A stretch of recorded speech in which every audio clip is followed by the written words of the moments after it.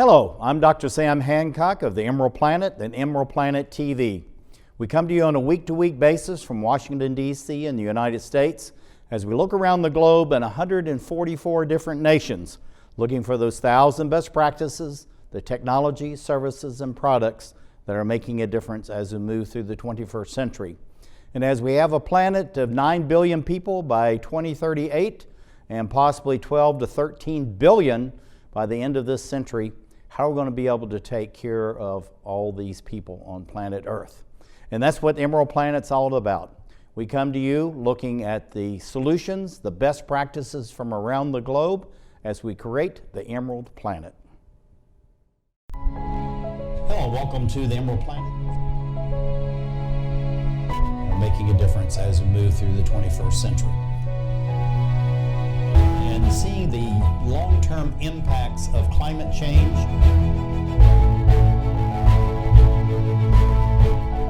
We're glad to have you. Thank you for being with us. Looking at Mother Earth and all living beings, we really, each and every one of us, not only we think about the sunshine and the rain, all the other things that go into making us creative, dynamic living beings, but also the soil. And this is something that we never really think about. We walk on it, we move it, we build houses on it, we pave over it. We do absolutely everything to soil, most of it which is detrimental not only to the soil, but all the living organisms that's in the soil. So we're going to be talking about everything that depends on soil. And we have an expert coming from the country of India and Baramati in Maharashtra State. This is Sachdeva. He is an engineer. Also, he's a field research scientist for soil health. Samir, welcome to the Emerald Planet TV. Thanks a lot, Sam. It's my pleasure to be here on Emerald TV today, participating in this with you. I'm really glad to have you. Very quickly, tell us what is soil health? And then we have some really excellent images, and we're going to walk through those so that our audiences here and abroad will really understand everything that you're trying to convey about soil health. Soil health, let me put it in very simple words, that there are few functions which soil has to perform, and that is the measure of the health of a soil. Whether soil has got microbes, whether it's got air, whether it's got water, whether it's got carbon in it, which would support production of food. Yeah, that is very, very important. I think this is a very striking statement. The nation that destroys its soil destroys itself. And many nations, just like in the United States and even in India, we're doing much to make the surface within each of our countries impervious, which is very detrimental to the soil. So what does this truly mean to you? The nation that destroys its soil destroys itself.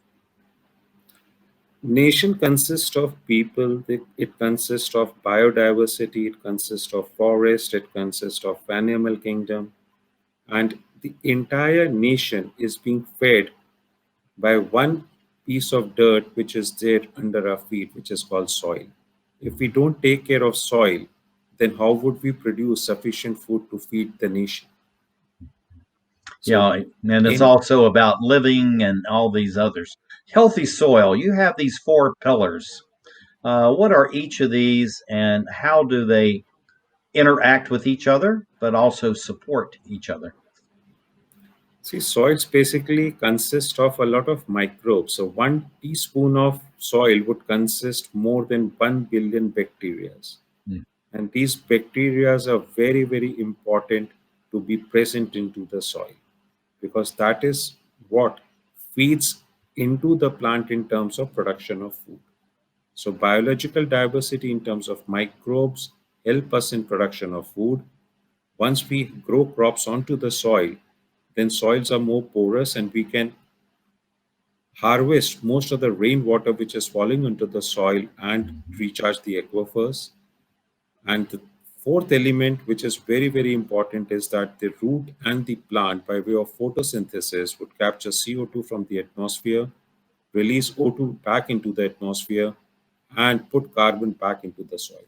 Mhm. So that is the main function of soil, putting carbon back into the soil. One of the things we don't really think about, Samir, and this came out very nicely when I was in high school and working on agronomy and forestry projects, but the literally the trillions of living beings that are actually in the soil. And why do we need to take care of these living beings if we can't even see them? So these are the living beings in the soil which we need to take care of, because whatever nutrient is available in the soil, it has to be broken down into cations. Only then these nutrients can be absorbed by the plant and eventually come to the humans what we eat, because we eat plants, right?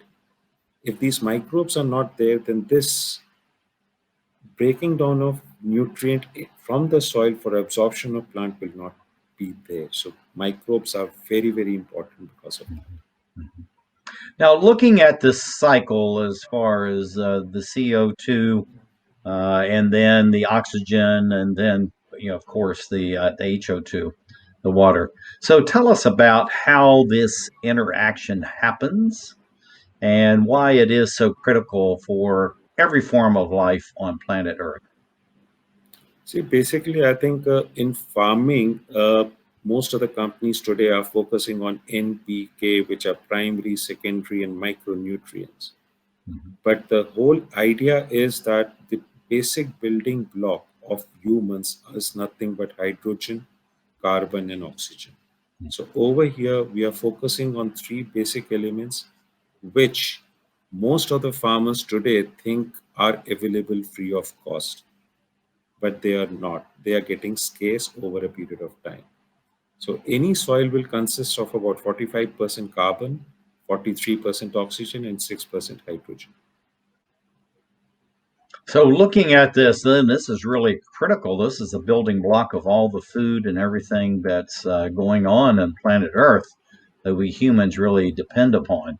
But looking at the composition of the soils, why is this balance so important? See, this balance is very, very important because soil has to be porous, soil has to be fertile, soil has to have microbes, soil has to have minerals in it. And this is the composition of an ideal soil. Mhm. I would say going back 100 years, most of the soils would have these kind of structures, but over a period of a century or decades after World War II, things have changed in terms of the structure.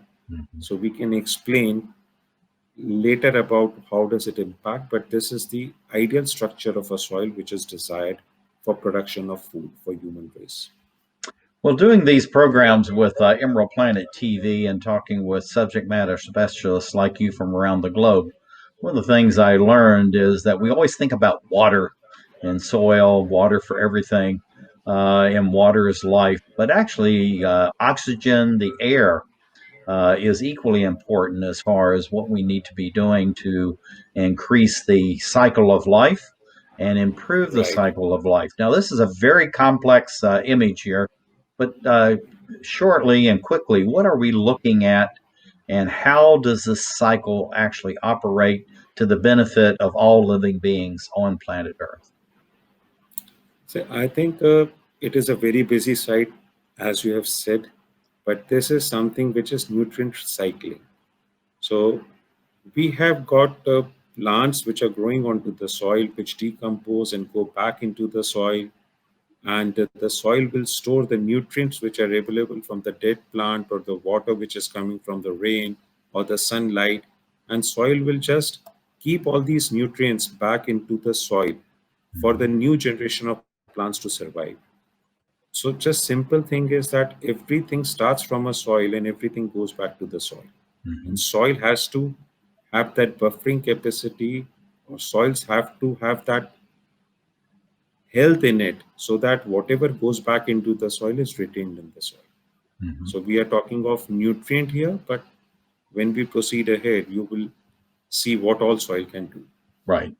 And the whole thing about this, too, is we need to look at this as the cycle of life. And we humans have become very arrogant as it relates to Mother Nature and even how we operate on planet Earth. We just take it for granted. But yet it's a very complex system that we all depend upon. And this biodiversity, as you've shared with me, is wonderfully important.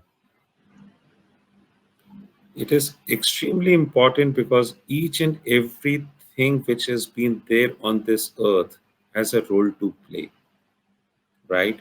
So we can see birds because birds will help us propagate seeds from one location to the other. Then we have got animals who are there because these animals will take soil and put air back into the soil. Bees are important for pollination. Microbes are very important for chelation of soil or chelation of micronutrient. And trees are very, very important in terms of capturing CO2 from the atmosphere and putting it back as carbon back into the soil. Yeah, So we can't ignore either one of these.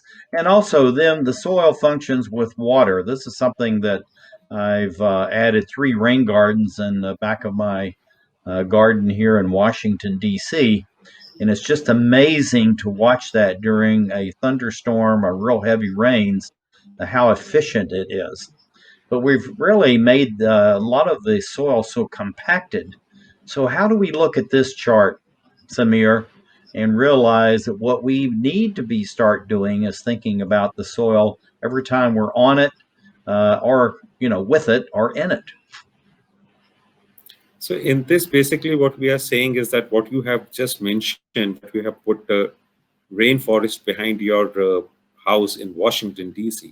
So you may have planted some trees out there, right? Correct. And Yeah, we have 7 trees, new native species. yeah, so trees, the root zones of the tree go deep into the soil and create that aeration and the porosity in the soil. So whenever there is a rain or a heavy rain, these root zones will has created porosity in the soil, and that water will not run off, but it will go back into the aquifer and will compaction of soil. So this chart says, okay, fine. So soils have to have porosity in it. Because of that, they will be able to capture water and achieve farming. So we need to make sure that we're watching and taking care of the water. Also, all the plants, whether they're trees, shrubs, or grass, needs to be all part of the system. I believe that's what you're saying as far as the soil functions itself. Is that correct? That's absolutely right. Yeah. Okay. Now the buffering. What is buffering, and how does that really work? See, when we watch the internet, so in internet at that time, when you're watching a YouTube or something, so it is said that the things are being buffered. So buffering is nothing but a capacity for a device or a system to store. So we need to increase the buffering capacity of a soil, whether it is water, whether it is nutrient, whether it is microbes or whatever. So you buffer it into the soil for future usage. So that is what we mean to say buffer capacity of a soil. Right. This is our last image that we're going to be dealing with. So let's just leave this as an image, Samir. What do we need to be thinking about? You have about 20 seconds as far as soil health for the next 5, 10, or 15 years, both India, the United States, and all 212 other countries and territories. So I think right now, with the population crossing 7 billion, people are thinking of how we feed so many people.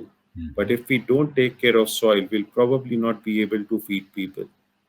And most of the countries right now consider food as food to fill the stomach. What I'm talking of here is zero hunger. If we don't have nutrition in the soil, we can fill stomachs, but we will not be able to provide nutrition to people, which is desired. So Got it. that is the reason soil is very, very critical. Samir Sachdeva, the engineer, field research scientist for soil health. Thank you as we create the Emerald Planet.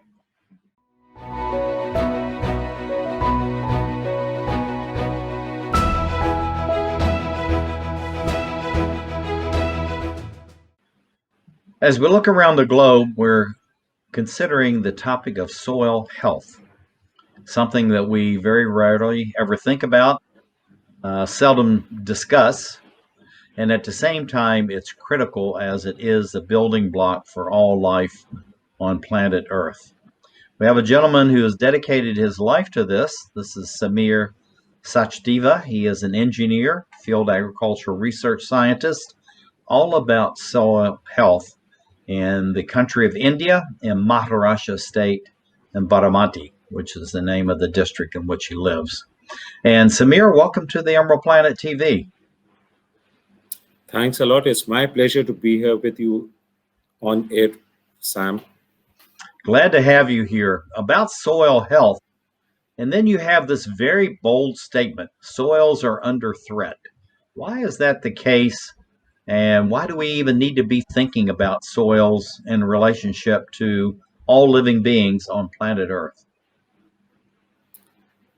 See, if you look at it, soils are the basic to all living beings to the earth. And in last 60, 70 years, we have not taken care of soil, which is the building block for all humans and animals in the plant. And now is the time we have to take care of the soils because they are under threat. Yeah, and this is something we're going to be discussing in this particular show about soil issues, how it impacts humans, plants, animals, and the microorganisms and the health of all four of these living beings here on planet Earth. But we're going to look at some of the challenges that we have as far as the soils. And we see a beautiful pastoral scene, the grass, the cattle, the mountains in the background, the trees growing right up to where the cattle are. But we're not even thinking about the soil. Why don't we think about soil?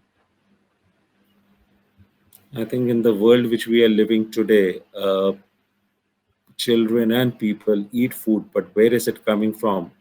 They don't understand that. So that is the basic problem, that we don't consider soil as a living thing and that is supporting life. And that is the journey is all about. How do we educate people? Yeah, that's critically important. And industrial activity, this is something that, of course, is going on across all of India, the United States. Both of our countries have rapidly growing populations, but this is happening worldwide. How does industrial activity really negatively impact the soil? So there are two things. If you look at it, if soil is not productive, we can have an industrial activity there. But if it is a productive soil and we do an industrial activity there, then we are breaking the top layer of the soil, which is productive, and we are destroying it. So that should not be done. I'm not saying industrial activity is not required, but yes, be more cautious in terms of what. Right. And moving in deforestation, this is something that many people actually do think about. Particularly, we talk about various places on the African continent, Indonesia, Malaysia, places where we're removing the mangrove groves, and then, of course, Amazonia in the middle of Brazil. So, deforestation, how does that directly relate to the loss of soils, but also the loss of the nutrients and the ability to sequester carbon? So basically, I think once we expose the soil to the atmosphere and the sunlight, so whatever nutrients are there in the soil gets exposed to the atmosphere, and with heat and light, they get released into the atmosphere. So soils will have carbon in them, but once we expose the soil to sunlight and temperature, that carbon will get converted into CO2 and get released into the atmosphere. So that is how soils get deteriorated. And looking at this impact as far as agriculture is concerned, this is we're focusing on food production and feeding a population base that's growing by leaps and bounds, possibly 9 billion people on planet Earth by 2038. But the very agricultural practices we're using to feed people actually is helping to destroy the food supply. That's absolutely right. So first picture over here is soil compaction. If you compact the soil, the absorption level of soil for air and water goes down, and the production of food will be less. Mhm. Salinity on account of construction of dams and canals. So we are storing water and then putting it back into the soil, which needs to be done. I'm not saying it has to be done, Mhm. but we are adding a lot of salt into the soil. This also happens on account of usage of large set of inorganic fertilizers we are putting back into the soil. Mhm. And then soil erosion. This happens by we are just cutting off trees and all, exposing soil. So if there is a heavy rainfall, then the top layer of the soil gets eroded. Mhm. So these are the basic physical parameters of soil which needs to be corrected. Right. Yeah, and this is something that we need to really be conscious of and concerned about. Living soils versus, in essence, very poor or non performing, non living soils. What is the difference to the plants, but also difference as far as food production for a planet that really is rapidly going to 9 billion people? Right. So what we say over here is a living soil will have a lot of nutrient in it, which a plant can uptake. Later, that plant will feed humans with the same nutrient which is there in the soil. Mhm. So, living soils will result in a healthy plant which will have more nutrient in it. It will have healthy food which we as humans and animals would consume and will stay healthy. So, everything is correlated. So, living soils are important for plant health, and plant health is important for human. Mhm. Yeah, and this is something we really don't think much about as far as the plants being healthy themselves and then the nutrients they're bringing to us. But this is a very profound statement: healthy soil, healthy plants, healthy you. How do we know, and why is it so important that we understand this direct link? So the direct link on this is that whatever nutrition is required by humans, so in terms of medical sciences, everybody is on a pill of a calcium or a zinc or say Picasul or vitamins. But if we eat healthy plants which are coming from healthy soil, then our requirement of having pills every day in the morning will go down. So what we are saying is that eat healthy, eat natural, and stay healthy and fit. Mhm. Now, the old adage, of course, is we are what we eat. And the very ancient statement is this: food is medicine. How do we get this across to people to realize that both of these are truisms, that we need to think about these? We are what we eat, and food is medicine. So I think what we need to do is start educating people. I'll just make a statement. So India is supposed to be the diabetic capital of the world, and Indian soils are very poor on two basic elements, which is called zinc and magnesium. And there is a lot of literature on the internet saying that a diabetic disease happened because of lack of magnesium and zinc. So it Hmm. is correlated. So we need to make sure that we have the right selection of food and fruit, but also that we're making sure that we're taking care of the soil that's actually producing that. The soil forgotten miracle. Why do we call this the forgotten miracle? In last 70, 80 years, we have not considered soil, what it is or what it should be. Going back in ancient India, if you look at it, the way the agriculture was being done, soils were considered to be very, very, very important. But that importance over a period of time has deteriorated. For us, for our children, food is going to a mall or a food store and picking it up. Where that milk and food has come, the children today are not even aware of. So we need to start educating kids now the importance of soil. Mhm. Yeah, and also the earlier that we can educate them. I mean, even in babyhood, they need to understand the dependency on plants, on trees, on the microorganisms, how all of this is part of the cycle of life. Looking at the soil organic carbon, what does that really mean? And you have these three benefits. Explain for us what these three benefits are. So whatever we've been talking of in terms of soil health, everything correlates and goes back to having SOC, which is soil organic carbon, into the soil. So soil organic carbon, if it is there in the soil, then we have benefits that the microbiological activity of a soil will go up. That Mm-hmm. is what I say biological. Right. Physical is that of organic carbon is high in soil, then the compaction percentage, salinity, all these things will get reduced. Chemical benefit, if organic carbon is there in the soil up to the optimum level, then whatever nutrient are there in the soil, they will break down into atoms which are more in available form for a plant.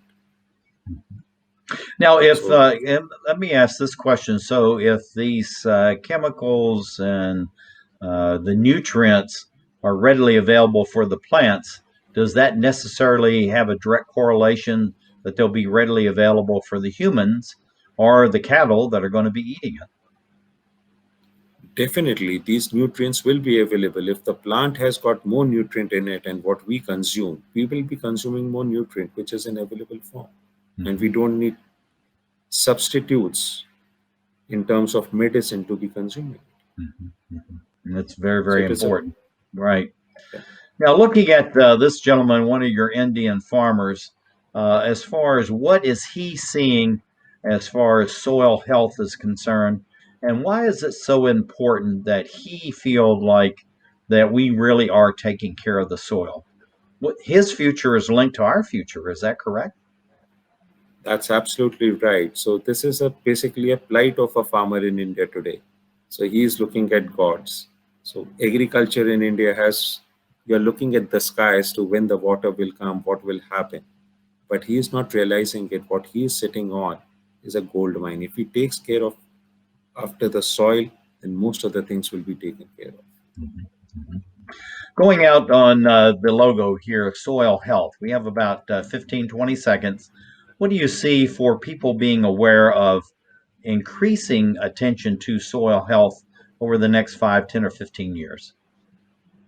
So I think it is for people like us, we need to talk about soil health to more number of people, whether it's government bodies, whether it's institutes, whether it's Mhm. agriculturists, whether they are students. Even if we take few students from school, taking them back into the farm and showcasing them as to why exactly soil is important. So that is something which will create awareness on soil health, which is more important at this point of time. Mhm. That sounds good. Thank you for being with us, Samir Sachdeva. He's a field agriculture research scientist. Thank you for being with us as we create the Emerald Planet. Thanks a lot. It was pleasure to be with you, Sam, today. Thanks a lot.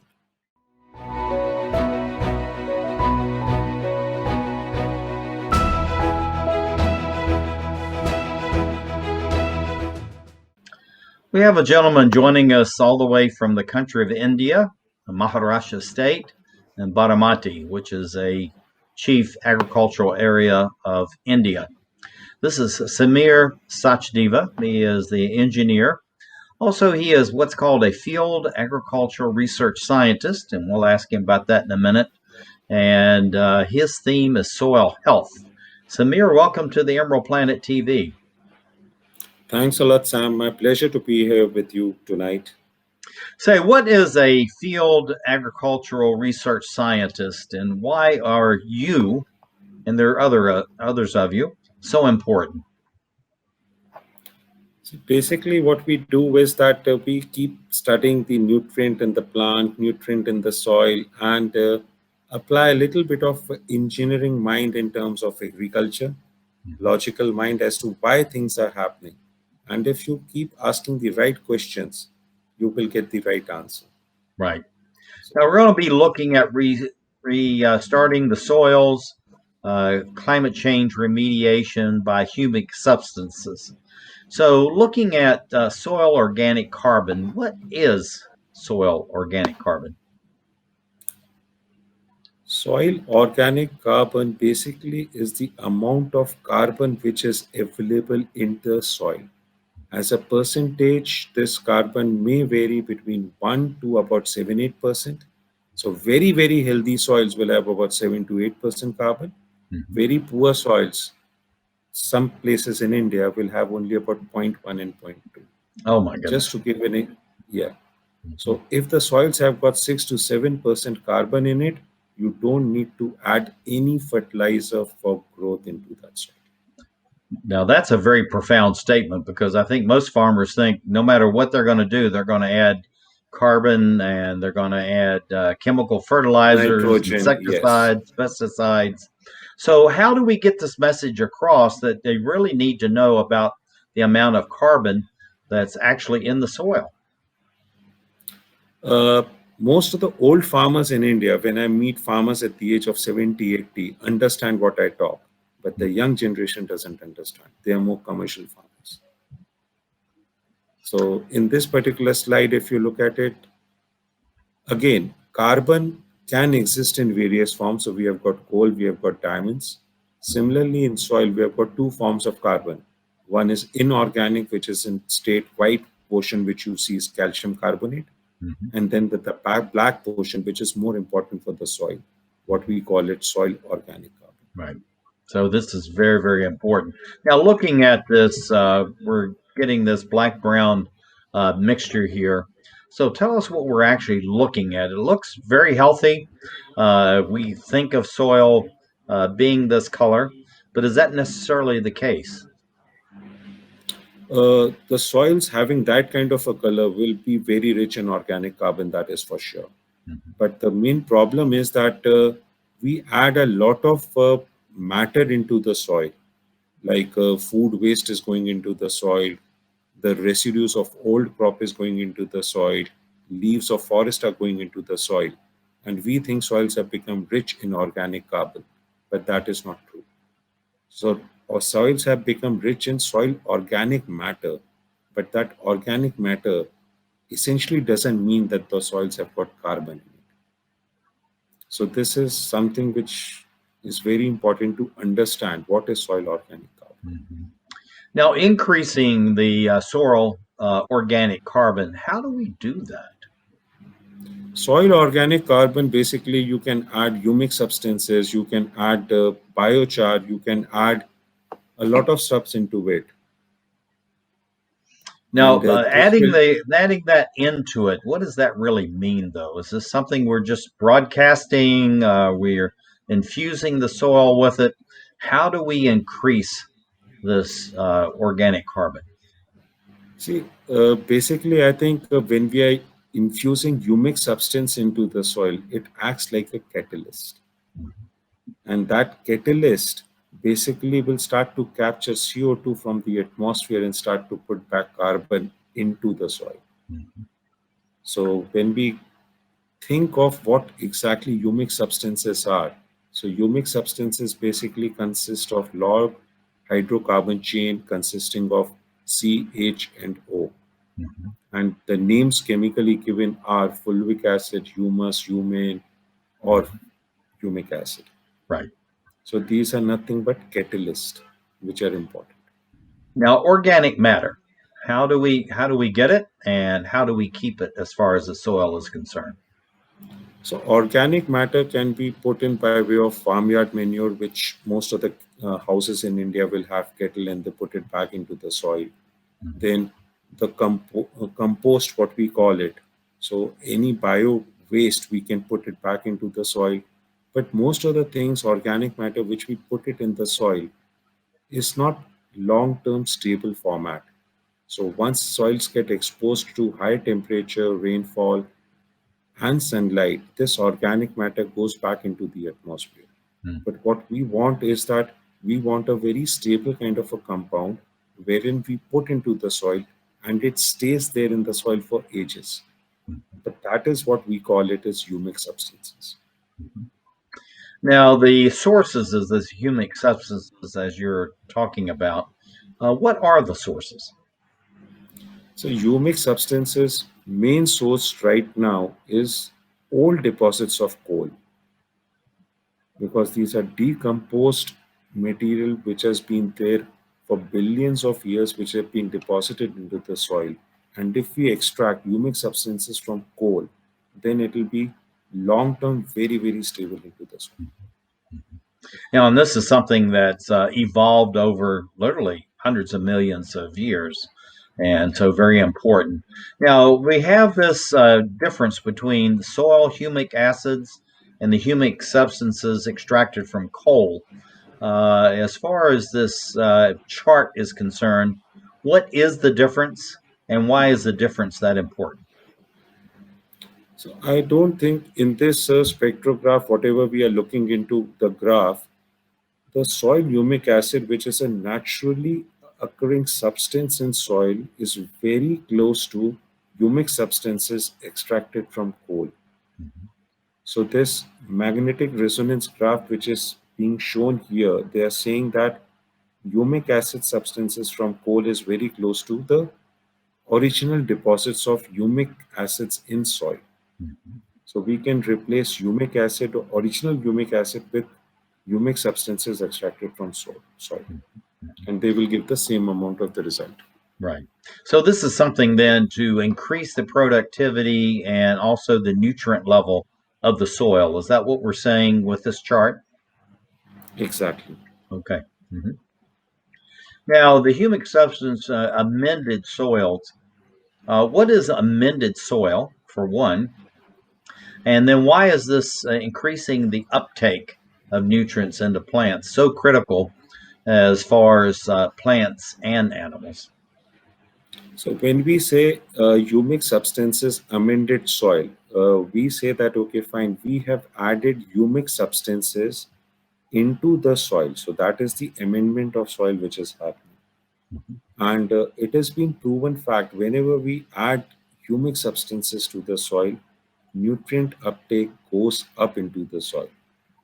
Humic substances have got this property of chelating of nutrients in the soil. Chelating means breaking down the nutrients in the soil which are in the available form for the plants to uptake. So So then, that what is, you're saying is, Samir, it's not only important as far as the plants themselves to have this so that they grow faster, better, stronger, more nutrients, but also for the animals and particularly for humans, is that we are really depending on what we see in this field right here and billions of fields like this across planet Earth to make sure that as humankind and the animals that we depend on actually stay not only strong but stronger and have more nutrients. Would that be a very simplistic view of what this is all about? you have summed up very, very well. That is exactly we are talking about. Okay, fantastic. Now, the organic matter over this is you've been at this for decades now, so that's why we're talking about this 10-year decade period. Why is this soil quality assessment so important to know about, and then for someone like you to be able to constantly target to make sure that we continue the increasing organic matter in the soils? See, if we continue to increase the organic carbon into the soil, then the usage of fertilizer or the requirement of fertilizer will start to go down. Mhm. With increase in organic matter into the soil, what we initiate is the cell division. So the plants look healthy because cells have been divided. Whereas inorganic fertilizer, when we add, we basically are elongating the cells. So elongated cells will be thinner, will attract more diseases and pests. Division of cell will have less incidence of pest and diseases. Mhm. So we'll have a healthy plant. So Yeah. that is the reason soil's organic matter is important. Mhm. And looking at this carbon, and we have a number of images right here, and I just want to march through these. So let's quickly comment on each one, why each of these are important. See, basically, on the left hand corner, we are saying compost. So humic substances will also be termed as a compost. So it puts a layer on top of the soil where the carbon or organic carbon is required. So wherever we have put compost, it becomes a layer on it, and the plants start to grow healthy. The root zones go deeper.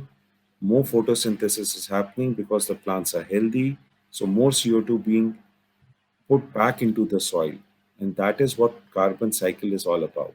Right. Can we capture CO2 from the atmosphere and put it back into the soil? Decompaction, why it's important. And we have to be very quick because we're running out of time, Samir. So decompaction is something, porosity of a soil is what we call a decompaction. So compact soils will have less porosity and porous soils will have more decompaction. So Mhm. that is what the picture right and left indicates. Water holding capability. See, organic carbon, when it is high in the soil will absorb more water because that long hydromolecular chain which is there will have space for water. Where on the right picture, because it's the same field where the organic carbon is high and low, we can see water is still on the surface of the soil. Wherein on the left hand side, water is get absorbed into the soil. Yeah, it's just amazing. The microbiology, this is something I keep mentioning, but this is critically important to the health of plants. So organic carbon is food for microbes. So when we add humic substances into the soil, that is nothing but food for microbes. Mhm. Then humic substances also create aeration in the soil. So any living organism would require water, it would require food, and it will also require air. So that is what exactly it's been depicted on that picture. We're going to go out on this photograph right here. Why the difference, and why is it so important for these root balls to be so big and so robust? And we have to be quick See, because we're out of time. humic substances really initiates the white roots. On the left picture, you see that there are very thin white roots which are coming out from the root mass ball. And those are the fine white roots basically will pick up nutrient from the soil and give it to the plant. And humic substances has got a very small portion of P which initiates increase in the root mass. So that it is what it is important. Samir Sachdeva, thank you very much for being with us as we look around the globe to create the Emerald Planet.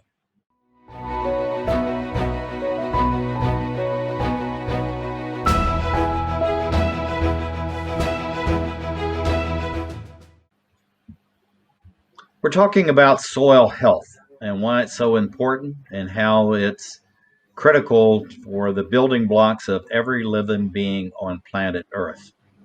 And we have a gentleman who actually is a specialist in this. He's an engineer, but also a field agricultural research scientist for soil health in the country of India and Maharashtra State. And this is Samir Sachdeva.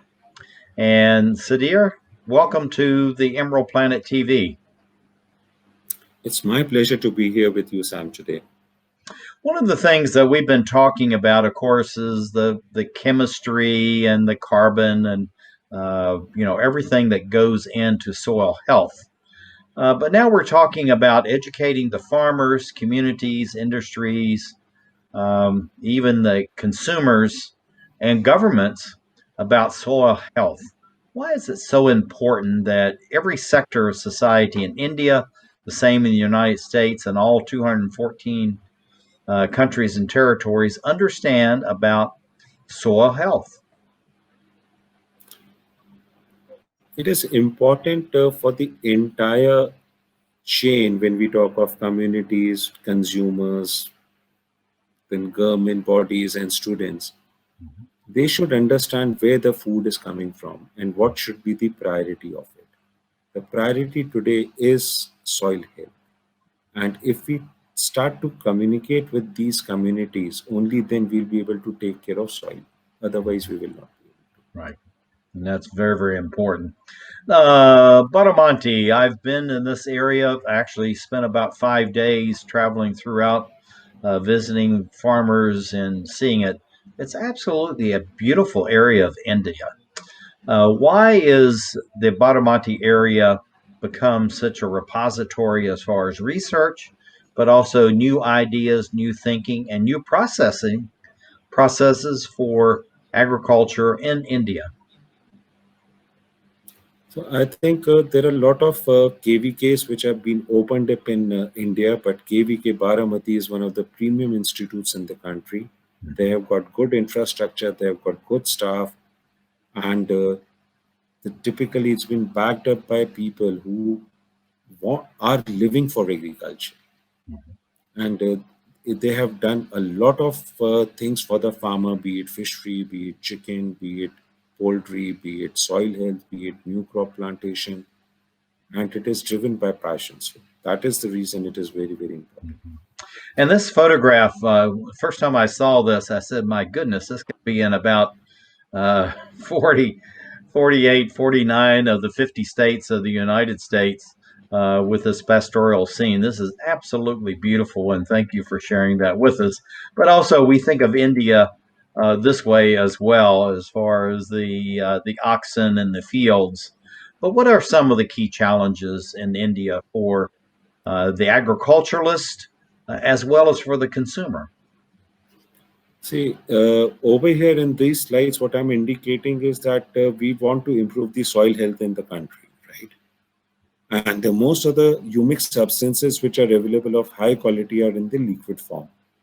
How do we apply a liquid humic acid substance into the Indian condition? We don't have huge tractors, we don't have trailers. So we have got small and marginal farmers, we have got small land holdings. We don't run on tractors in most of the farms in India. We have got still bullock carts which are prevailing here. And the main challenge is how do we customize a product for the Indian condition, and how do we ensure that that product goes into the soil and the soil health improves. So this session basically is nothing but series of pictures wherein we have tried various things to put back organic carbon back into the soil. Now, marginal farmers, we don't normally hear of this term in the United States, although we do have some thousands of them. What is a marginal farmer in India? A marginal farmer in India is a small farmer having a very less land acre, in terms of less than about say 2.5 acres, and he has to support his family using that land, whether he grows vegetable or field uh, grains or whatever. So we say he's a marginalized farmer who's supporting his life with a marginal area of land. So India has got a lot of marginal farmers. If you Right. Now, flood irrigation. This is something back in the old days, water was readily available. Now the aquifers are being, drawn down. empty. Why is this a way that you don't want to be doing irrigation? See, flood irrigation in India, 70% of the country is only on flood today because water in India is still free as per farmer, right? And there is an investment which goes into putting in drip laterals into the field, and most farmers are not able to support it. So, with drip, putting humic substances back into the soil is very, very simple. With flood irrigation, how do I add, say, 10 liters of liquid into this field? It becomes a challenge for me. How do I educate a farmer? How do you put it back? Mhm. Mhm. So, Salinity, this is something we talked about earlier. The salts that are coming out of the water, it's being used for irrigation. But we're actually, through this, we're actually killing the very soil that we need. Is that the idea? exactly. Yeah, because see, there is a huge subsidy in India in terms of fertilizer and inorganic fertilizer, mainly urea. And farmers think adding urea to the soil, they will be able to grow more crop. But urea, basically adding ammonia or nitrogen into the soil in excess, is creating a problem of salinity. Mm, mm. Now, We just treating the soil and this humic material, tell us a little bit about this and why treat the seed and then, in essence, being applying it in the fields as well. see, basically, I think as per standard norms, if you look it into it, we need to add 10 liters of humic substance per year per acre into the soil. So that is the standard which we need to put in. Now, what we tried is that, okay, fine, we have got soya bean, we have got wheat, we have got rice. If we start to treat or coat seeds by the liquid humic substance which we have, we can add roughly about 1 liter by coating of seeds into the soil. Then, so this is not an additional activity for a farmer. Seed he has to sow any which way. If we coat it with something and give it to him, so there is no additional labor cost for a farmer. So this is really Same a more efficient way of getting the humic material into the soil. into And the then the soil without. fertilizer coating, you're really talking about the humic material being coated in the seeds and then put into the soil, correct? Seed and the fertilizer. So fertilizer, when we coat DAP and urea with this humic substance, it coats very, very well. And Mm-hmm. there are two advantages. We have added humic substance back into the soil. And the second advantage is that the fertilizer becomes slow release. So And so what you're when doing then is actually, even though the farmers initially will start using the humic material along with the fertilizer, is that you're actually aiding the fertilizer itself to be less inorganic. it will be inorganic, but it will become slow release. So it will not create salinity into the soil, what Mm-hmm, we had shown in terms of the picture above. mm-hmm, mm-hmm. And Spraying. Now, this is something you think about. Spraying is very dangerous and harmful to the farmer, him or herself. But this humic material, my understanding is it's not toxic. Is that correct? lethal dose of humic substance is very, very high. So, in fact, humic substance has got this property of being an antioxidant. And even in future, I think what we are talking of humic substance with the agriculture sector, it could find a pharmaceutical application as well. So, if the plants are healthy because of humic substance, then if humans start to consume small portion of humic substance, so we should also be healthy. Mm-hmm. We are also living. Yeah. So it's one aiding the other. Plant growth. Why is it so important? And what are we looking at? So what we are looking at is a trial over here. On the right-hand side, we have not used any humic substance, but on these other two beds, we have used humic substance, one by way of drenching and the other one by of foliar spray. So it indicates that the growth of a corn plant using humic substances is much better Mm-hmm. compared to the control where we have not used any humic substances. Mm-hmm. Now, salinity. This is something that the humic material actually will address itself. Humic what it does is that the pH levels of the soil, where it is 7.58, and the sodium is there in the soil, that is what the salinity of soil is all about. When we add humic substances to it, humic substance has got this long hydrocarbon chain, and that the sodium which is present in the soil get attached to this humic molecule. So it is bounded, it is closed, it is not available for the plant in terms of sodium. So salinity is not there in the soil, it Mm-hmm. gets locked. Mm-hmm. Same thing humic acid does with heavy metals like mercury, lead. It locks them down into the soil. Mm-hmm. That's just amazing. I mean, the variety and the positive impacts as far as the humic material is concerned. What are secondary roots? We think about roots, but don't know about secondary roots. So those very fine white roots which are there on the left hand side, we call them secondary roots.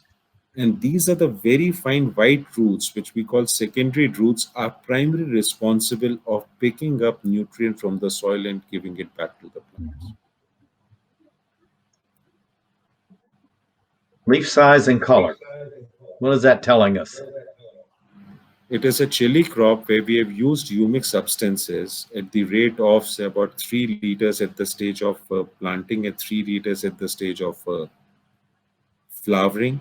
Mhm. The leaf size has increased to that much. That means that the whole leaf has increased, so more photosynthesis will happen because the leaf mass is there. Yeah. And also, too, rainfall, it will take more of that in. Soil compaction is something that we have talked about, and that's something that we need to be sure that we ameliorate.